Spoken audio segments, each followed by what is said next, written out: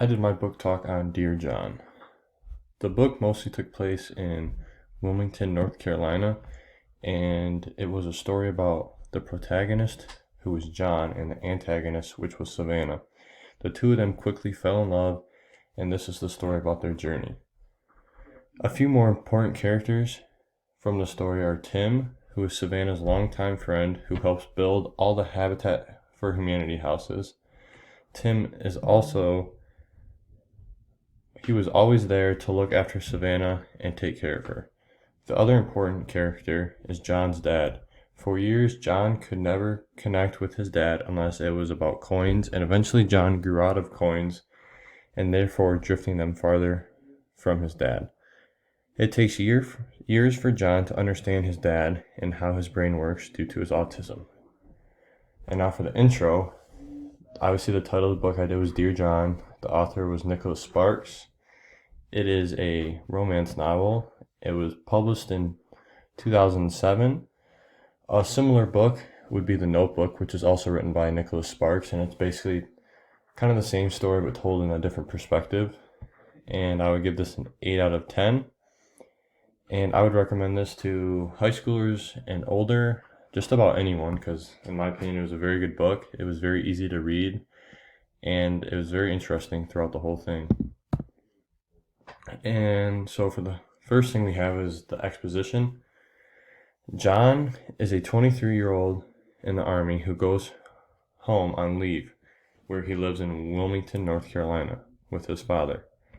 He's on the beach where he meets Savannah Lynn Curtis, a college student working for the Habitat for Humanity. He watches as her bag falls off the edge of the pier and lands in the ocean. John jumps in after it and returns it to Savannah, where they get to talking, which is kind of the start of their relationship. And then next is the rising action, and that is John and Savannah fall in love in the week that he's there on his leave from the Army.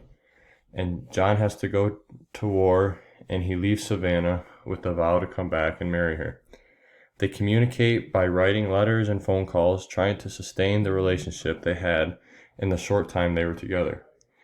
When John comes home for 3 weeks after his employment, he is disappointed to find that Savannah has seemingly moved on.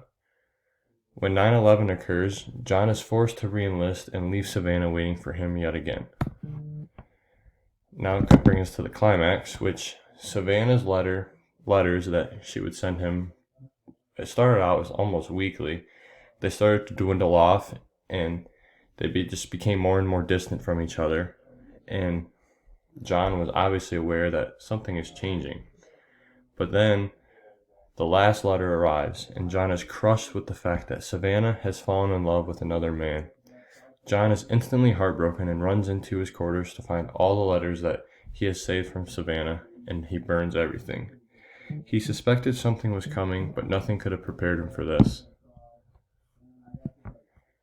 The following action would be John is still in the Army when he is called home due to the fact that his father has suffered a heart attack. A few months later, he is called home again because his father is having yet another heart attack.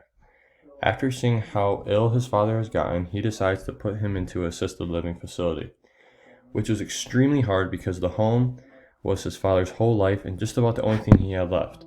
His father dies a few weeks later and leaves John completely alone in the world.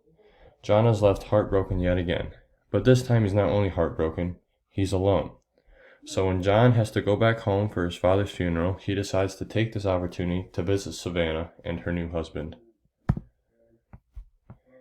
John arrives.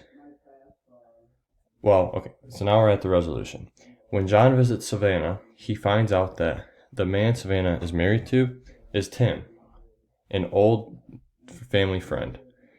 John is also shocked by more news that Tim is in the hospital with a melanoma cancer and needs money to receive treatment. Having no one left in his family, all he had left from his father was his coin collection, which was worth more than he could have imagined. John donates all of that money to Tim's treatment and leaves Savannah, knowing that her being happy is more important than the two of them being together. John leaves Savannah to live her life with Tim, kind of bringing everything full circle. And for the character arc, I did John. I said that John started out as a hard-headed army man, but quickly softened up when he started falling in love with Savannah. John and his dad's relationship wasn't great because he didn't understand how to connect with his dad. But with Savannah's help, John was able to understand his dad more and learned how to connect with him. Throughout the story, you can see how John was able to come full circle with his dad and Savannah, which showed a lot about his growth as a character. And I would highly recommend this book to anyone because honestly, for me, I would have normally never even given this book a chance, but I was very shocked in how good I found it, and I'm very glad I gave it a chance.